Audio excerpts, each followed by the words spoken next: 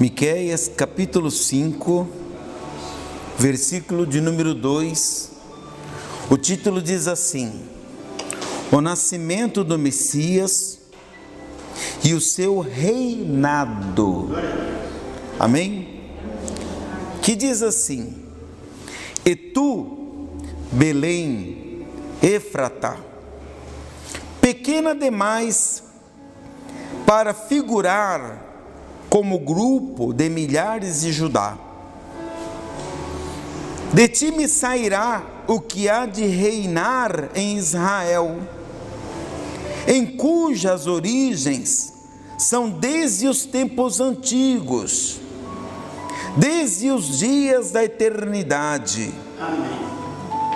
Portanto, o Senhor os entregará até ao tempo em que a que está em dores tiver dado à luz.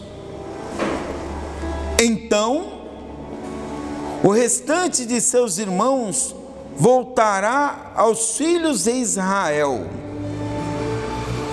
Ele se manterá firme e apacentará o povo na força do Senhor, na majestade do nome do Senhor, seu Deus. Amém.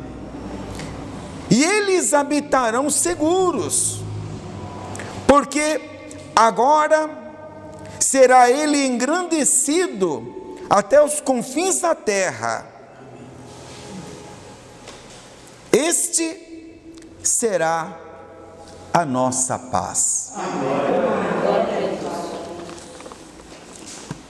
Sexta-feira eu levei uma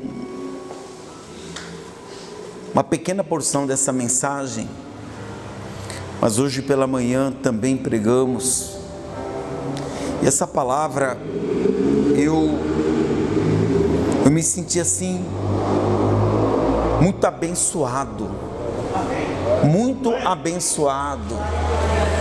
por essa revelação que Miqueias teve, por parte do Espírito Santo, que nos mostra que a origem do Senhor Jesus é diferente do que muitos acreditam, que a sua origem se deu apenas quando ele nasceu por obra e graça do Espírito Santo no ventre da Virgem Maria.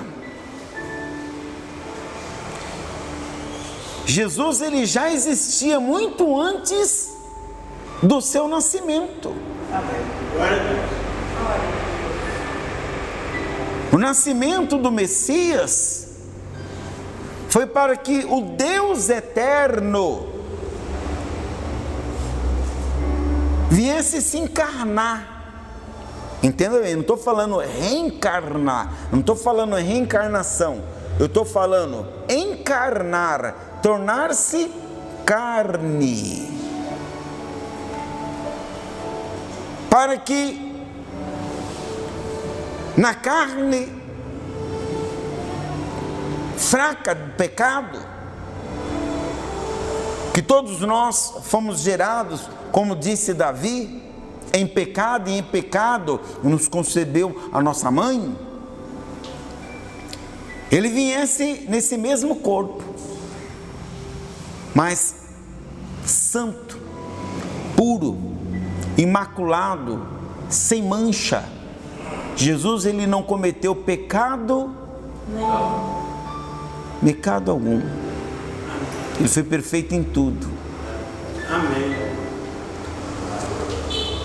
Eu gosto muito de acompanhar aqueles estudos, aqueles ensinamentos, aqueles documentários que falam sobre a formação do mundo, que nós como cristãos, os cristãos, os homens e mulheres de Deus, nós cremos que somos nós resultados não de uma evolução, mas sim da criação. fomos feitos conforme a imagem e a semelhança de Deus. Mas eu te faço uma pergunta: quanto tempo faz que o homem está aqui na terra?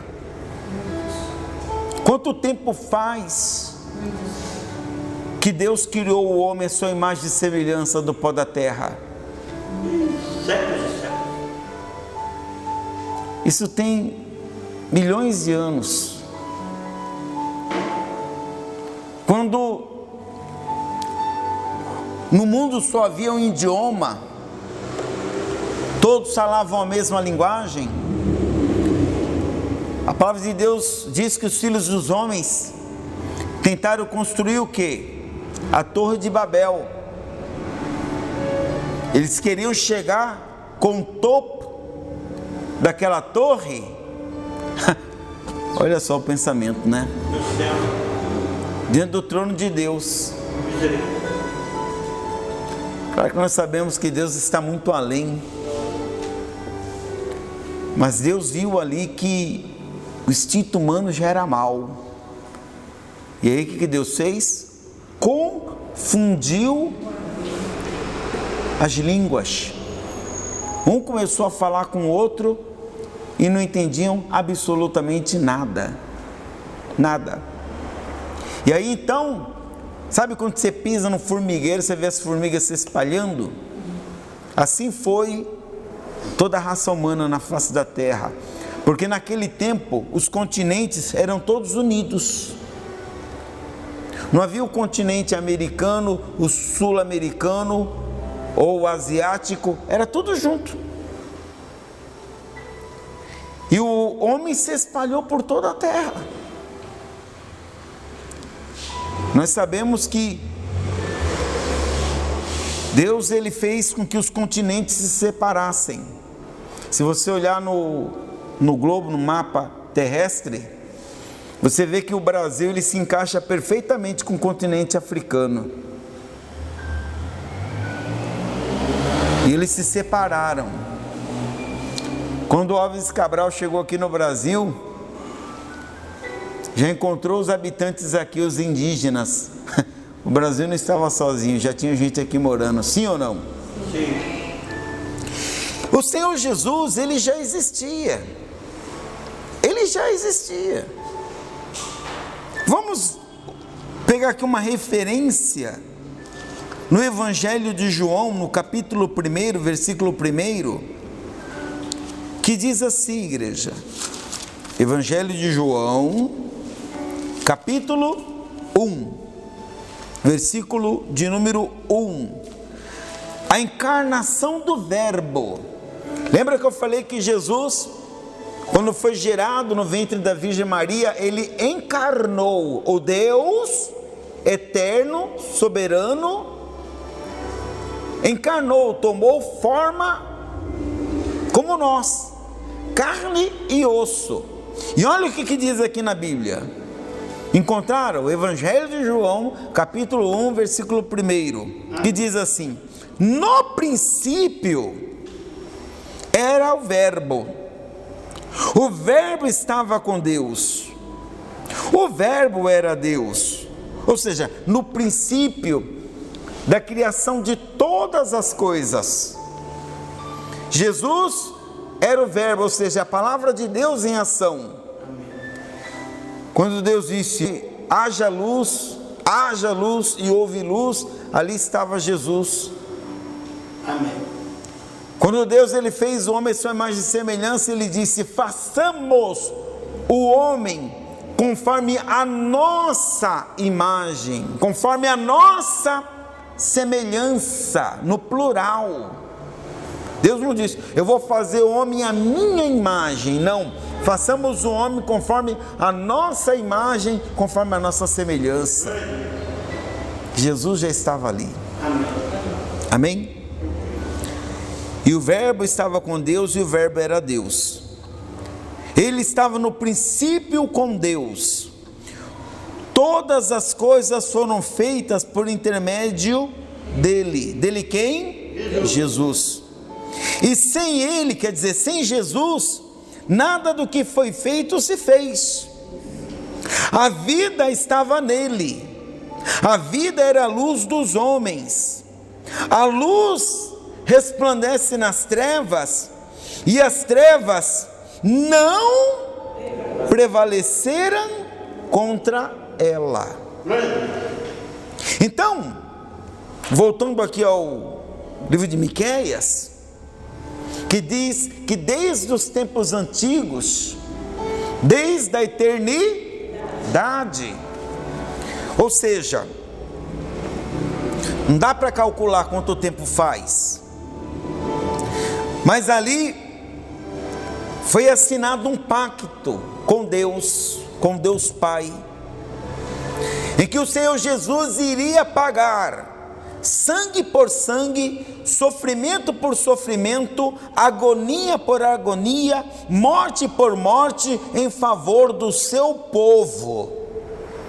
Isso foi desde a eternidade. Porque quando Deus criou a terra e recriou novamente, porque a Bíblia diz lá em Gênesis capítulo 1, versículo 1, no princípio criou Deus os céus e a terra, porém a terra era sem forma e vazia, que eu já acredito que foi a queda de Satanás, deixou a terra sem forma e vazia, porque já havia vida na terra, os animais pré-históricos, os fósseis, os ossos são encontrados até hoje. E quando os animais pré-históricos habitavam aqui na terra, não tinha um homem aqui ainda. Aí Deus refez a terra, onde Satanás ele vai e destrói tudo. Os discípulos de Jesus voltaram alegres: Senhor, os demônios se nos submetem pelo teu nome.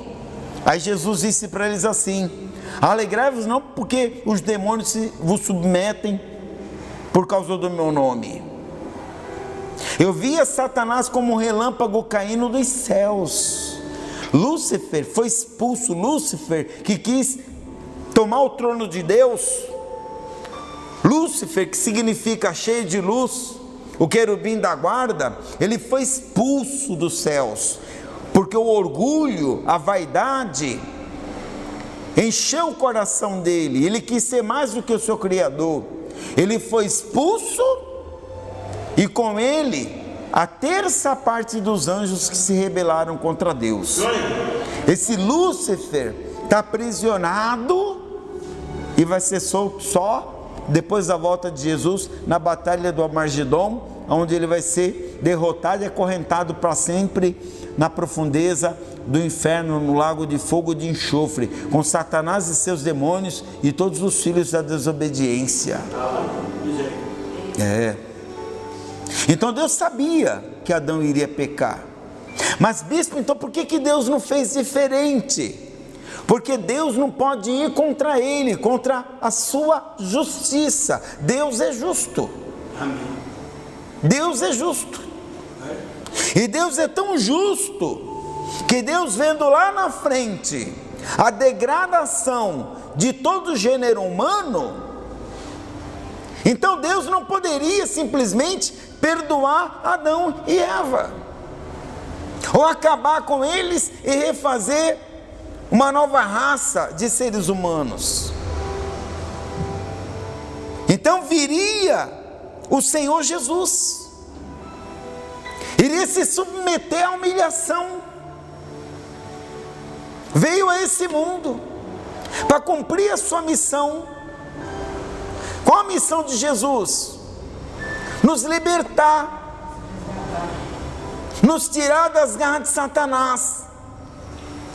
Porque quando o ser humano, quando Adão e Eva pecaram contra Deus, ele passou a ter domínio e direito na vida das pessoas. Mas Jesus veio para nos libertar, igreja. Nos libertar.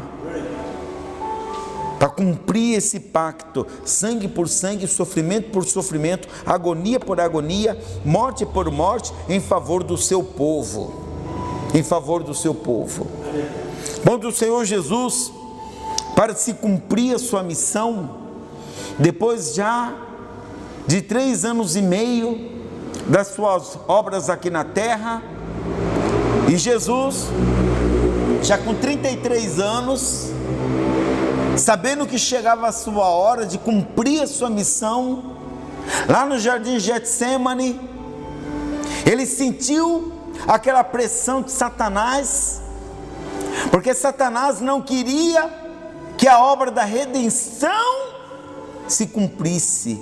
Ele queria continuar tendo direito sobre a humanidade. E ali Jesus orou ao Pai: Pai, se possível for, afasta de mim esse cálice, contudo, não seja feita a minha vontade, mas a tua. Sabe, gente, teve um momento que a pressão sobre Jesus foi tão grande, que ele começou a suar, e os pequeninos vasos no rosto de Jesus começaram a se arrebentar, e ele transpirava suor com sangue. Não demorou muito, quando Jesus terminou a oração, ele tinha que se entregar na mão dos filhos dos homens, dos salteadores. Estava Jesus e os seus discípulos, e eles vieram. Pedro, quando viu que iriam atacar Jesus, Pedro já catou logo da espada e acabou cortando a orelha de quem? Do soldado. O soldado sentiu aquela dor, e assim o rosto dele todo ensanguentado. Jesus fala para Pedro: Pedro, guarda a espada, porque quem luta pela espada perecerá. Aí Jesus vai lá, pega a orelha do homem no chão e bota no lugar. Aí aquele homem fica sem entender nada. Eu tenho certeza que aquele homem se converteu, porque ele viu o rosto dele todo ensanguentado e a orelha no lugar. A orelha no lugar, como se nada tivesse acontecido. Mas Jesus é levado, e aí, na mão dos homens, Pedro nega Jesus 3 vezes, o galo canta. Começa uma sessão de tortura. Vendaram os olhos de Jesus e começaram a esbofetear ele, e diziam: você não profetizou? Agora profetiza. Quem está te batendo? Pá! Pá! Pá! E Jesus não abriu a boca. Cuspiram em Jesus, arrastavam Jesus para lá e para cá pela barba. Naquela noite colocaram Jesus numa gruta, ele ficou de pé, não podia nem sentar ali. No outro dia foi levado para o tribunal dos homens. Era a Páscoa dos judeus, e pela lei na época tinha que soltar alguém, tinha que... É que nem aqui no Brasil. Você sabia que no final do ano o presidente da república, ele pode dar indulto a algum condenado? O cara está lá preso, ele pode libertar alguém da cadeia? Dar um indulto de Natal? Quem sabia disso? Pois é, tem isso mesmo. Dá o perdão para aquela pessoa. Dá o perdão. E tinha que perdoar alguém. Aí disseram: ó, aqui está o Barrabás, ele fez isso, aquilo, aquilo outro. E Jesus, quem que vocês querem que eu solte? Barrabás. E a Jesus, crucificam, ou seja, aquele mesmo povo, vários que foram curados, vários que ali, quando Jesus entrava em Jerusalém, montado naquele burrinho e com palmas nas mãos, o povo cantava naquele dia de Ramos: Hosana ao que vem em nome do Senhor. Era o mesmo povo que estava ali: crucifica-o, crucifica-o, crucifica-o. Aí Pilatos fala: bom, eu não vejo nenhuma culpa nesse homem, lava as minhas mãos. E entregou Jesus nas mãos daquele povo. Aí então, Jesus, depois de ter sofrido os açoites, Sabe, gente, as chicotadas que Jesus levou nas suas costas, naquele chicote, na ponta do chicote, tinha algo chamado como garras de gato. Conforme batia, aquilo ficava cravado na carne de Jesus. Quando ele puxava, dilacerava as costas de Jesus. Quem sabe até ficando os ossos das suas costelas expostos. E ele vai lá arrastando aquela cruz, até que finalmente chega no Monte Caveira, no Calvário. E ali então aquela cruz que não era de Jesus, era do Barrabás, nem cabia Jesus ali direito. Um puxa de um lado, outro puxa de outro. Jesus sente as suas juntas se dilacerando, e ali então ele é crucificado, levantado naquela cruz. E aí lançam sorte sobre a roupa de Jesus. E Jesus então, do meio-dia até as 3 horas da tarde, 3 horas da tarde, sabe o que eles fizeram? Jesus sentiu sede. Jesus não sentiu sede? A Bíblia não fala que Jesus sentiu sede?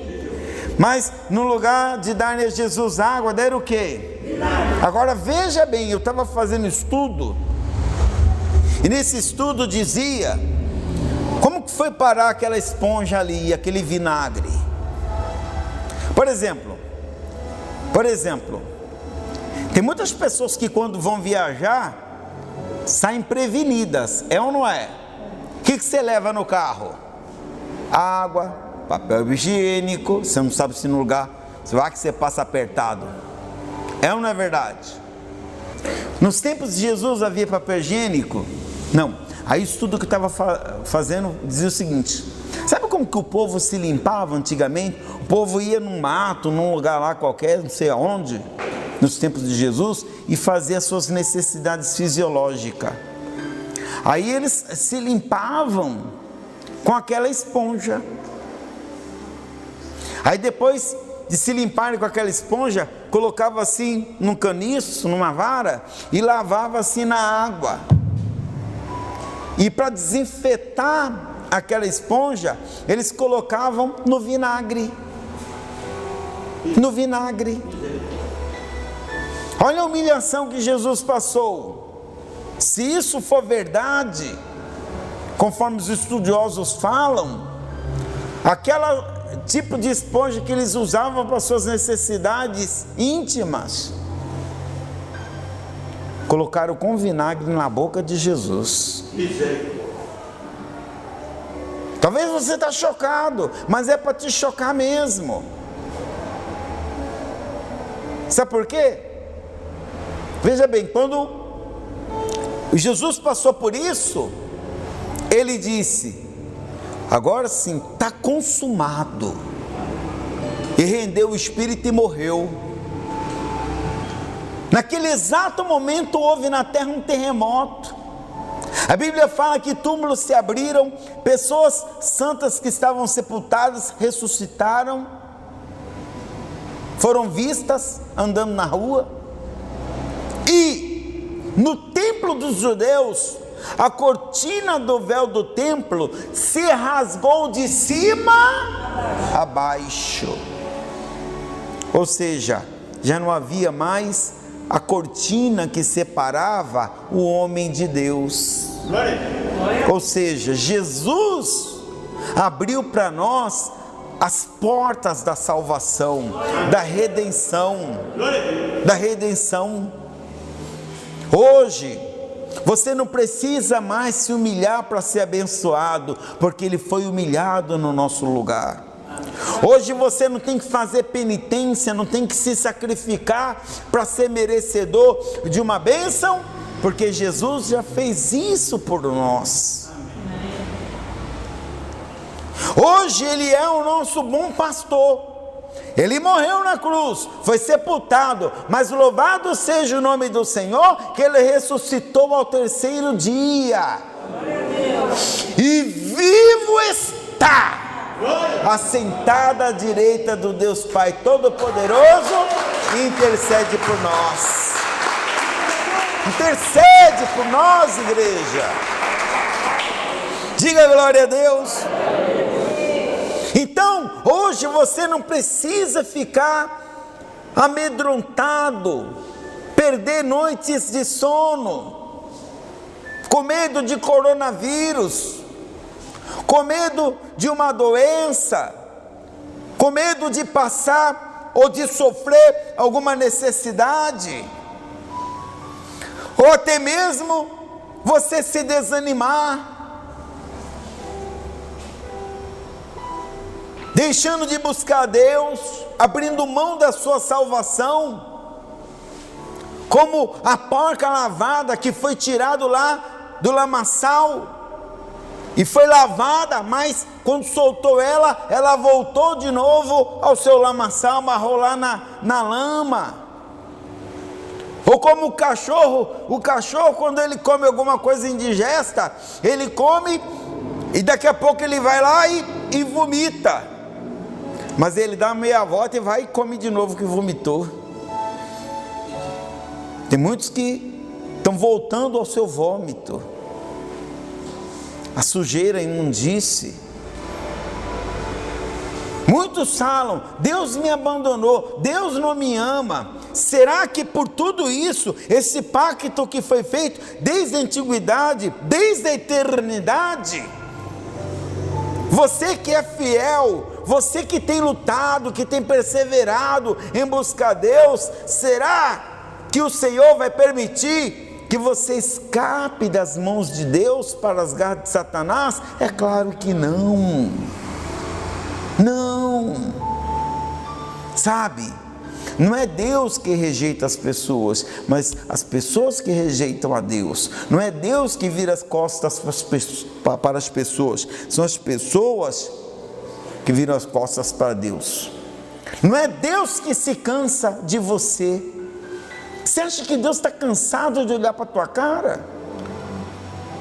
Uma vez uma pessoa usada pelo diabo me disse assim: vocês crentes são muito chatos, acho que Deus já deve estar cansado de ouvir a voz de vocês, se corando o tempo todo. Não, Deus não se cansa. Amém. Deus não se cansa. Perto está o Senhor de todo aquele que o busca, para guardar agora e até na hora da nossa morte. Amém. Você vai vencer, já venceu,